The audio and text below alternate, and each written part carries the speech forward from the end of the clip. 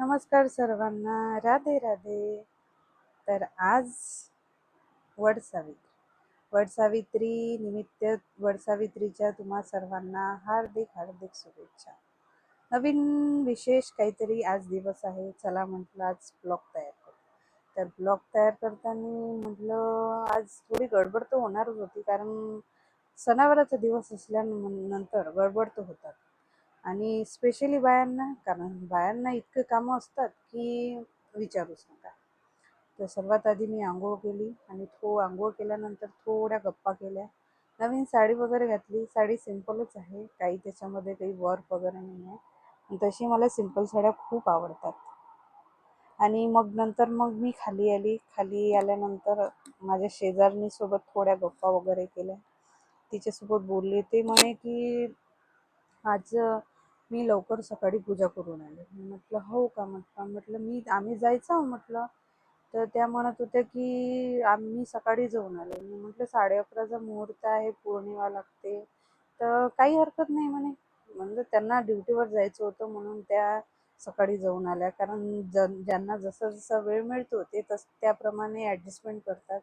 आणि चांगली गोष्ट आहे, आपापल्या वेळेनुसार ॲडजस्टमेंट करणं जरुरी आहे. मग त्याच्यानंतर मी पोछा लावल्यानंतर मग मी आज तुम्हाला काहीतरी नवीन दाखवत होते. तर आज मी तुम्हाला दाखवणार आहे, डीमार्टमधलं पावडर आणलं होतं मी. आणि ते पावडर 40 रुपयाला बाय वन गेट वन आहे, तर ते घेतलं.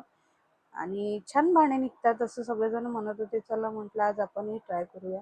तर मी ते आणलं पावडर. 20 रुपयाला एक पॅकेट मिळतं.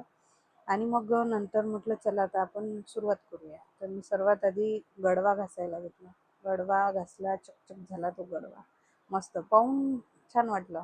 आणि मग नंतर ते देव धुवायचं भांडं घेतलं, ते घासायला सुरुवात केली. पावडर छान आहे, पण थोडी मेहनत करावी लागते. हां, प्रत्येक गोष्टी मेहनत असते, मेहनत करावीच लागते. ॲडजस्टमेंट म्हणतात त्याला, मेहनत म्हणतात. आणि मेहनतीचं फळ खूप खूप खूप मोठं असते. तुम्ही पण सांगा, तुम्ही कोणत्या कोणत्या क्षेत्रात मेहनत केली आहे, कशी केली आहे, आणि कमेंटमध्ये सांगा मला माझा ब्लॉग तुम्हाला कसा वाटतो. कारण मला जास्त वेळ तर नाही मिळत, मी डेली ब्लॉग नाही काढत, मी शॉर्ट्स व्हिडिओ काढते. आणि आज माझा हा लॉंग व्हिडिओ आहे. आणि त्याच्यानंतर मग मी ते भांडे पूर्ण स्वच्छ घासून घेतले. स्वच्छ घासल्यानंतर ते आणखी एका घासणीनं घासून घेतले आणि मग नंतर धुवून घेतले. घेतल्यानंतर मग पहा ते एकदम छान चमकत होते मस्त. आधी कसे होते आणि आता कसे आहे बघा. मग नंतर थोडा गॅसचा ओटा साफ वगैरे करून घेतला. थोडंसं पाणी वगैरे तिथे मारून घेतलं. किती आपण थोडंफार थोडंफार करतानंतर खूप कामं निघतात. बघा भांडे कसे चकचक झाले आहे. आणि मग नंतर म्हटलं चला आज आता आपण देवपूजेला सुरुवात करू. भांडे घासून घेतल्यानंतर देवाचेच भांडे होते, ते देवाचे भांडे स्वच्छ झाल्यानंतर म्हटलं देवपूजा करायची. मग देवपूजा करायला सुरुवात केली. आणि मग नंतर म्हटलं चला आता माझा मंत्र जो आहे हा डेलीचा मंत्र आहे. मी डेली हाच मंत्र म्हणते, ओम नमो भगवते वासुदेवाय. आणि माझ्या मुलाला मला झोपायचं असलं तर मी हा मंत्र म्हणते, श्रीकृष्ण गोविंद हरे मुरारी, हे नाथ नारायण वासुदेव. माझा मुलगा तो ऐकल्यानंतर इतका छान झोपतो, चिडचिड नाही करत, काही नाही करत, छान मस्त झोप लागते त्याला. डेली मी हा मंत्र म्हणून त्याला झोपवते. मला अंगाई गीत येत नाही, तर मी हा मंत्रच म्हणते. त्याला खूप आवडते. माझा मुलगा म्हणजे माझ्यासाठी खूप प्रिय आहे. तो माझ्या समोर बसून माझ्यासोबत गप्पा मारत होता. आई काय करते, काय नाही बघत होता. आणि सगळ्यात महत्त्वाची गोष्ट म्हणजे जेव्हा मी तयारी केल्यानंतर तो बापरे माझ्याकडे खूप पाहत होता की आईनं आज काय स्पेशल केलं.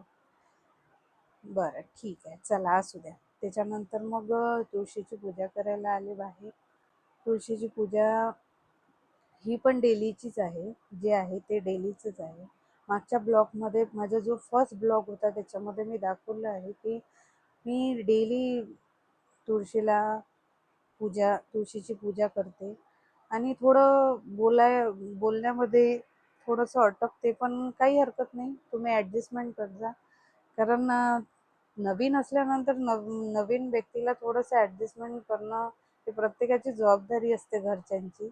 आणि मी सुद्धा तुमची एक फॅमिली आहे आणि तुम्ही सुद्धा माझी एक फॅमिली आहे. त्याच्यानुसार मग आपण नवीन फॅमिली तयार केली यूट्यूबची. तर तुम्ही माझ्या चॅनलला सबस्क्राईब करा प्लीज. आणि त्याच्यानंतर मग मी गेले वड सावित्रीची पूजा करायला, म्हणजेच वडाची पूजा करायला. तिथे छान छोटे छोटे छोटे मुलं होते. पूजा करत असताना पूजेची सगळी सामुग्री घेतली, हार, गडवा, धागा, गहू थोडे, डाळ, आंबे, वडा वडासाठी वस्त्र, सगळं सगळं घेतलं आणि पूजा करायला सुरुवात केली. मग नंतर मग सगळ्या बायांनी धागा घेतला, धागा गुंडायला सुरुवात केली. आणि वटपौर्णिमेचं महत्त्व आता कोणाला सांगायची गरज नाही आहे, कारण प्रत्येक स्त्रीला हे वटपौर्णिमेचं महत्त्व असते. तर चॅनलला सबस्क्राईब करायला विसरू नका. धन्यवाद.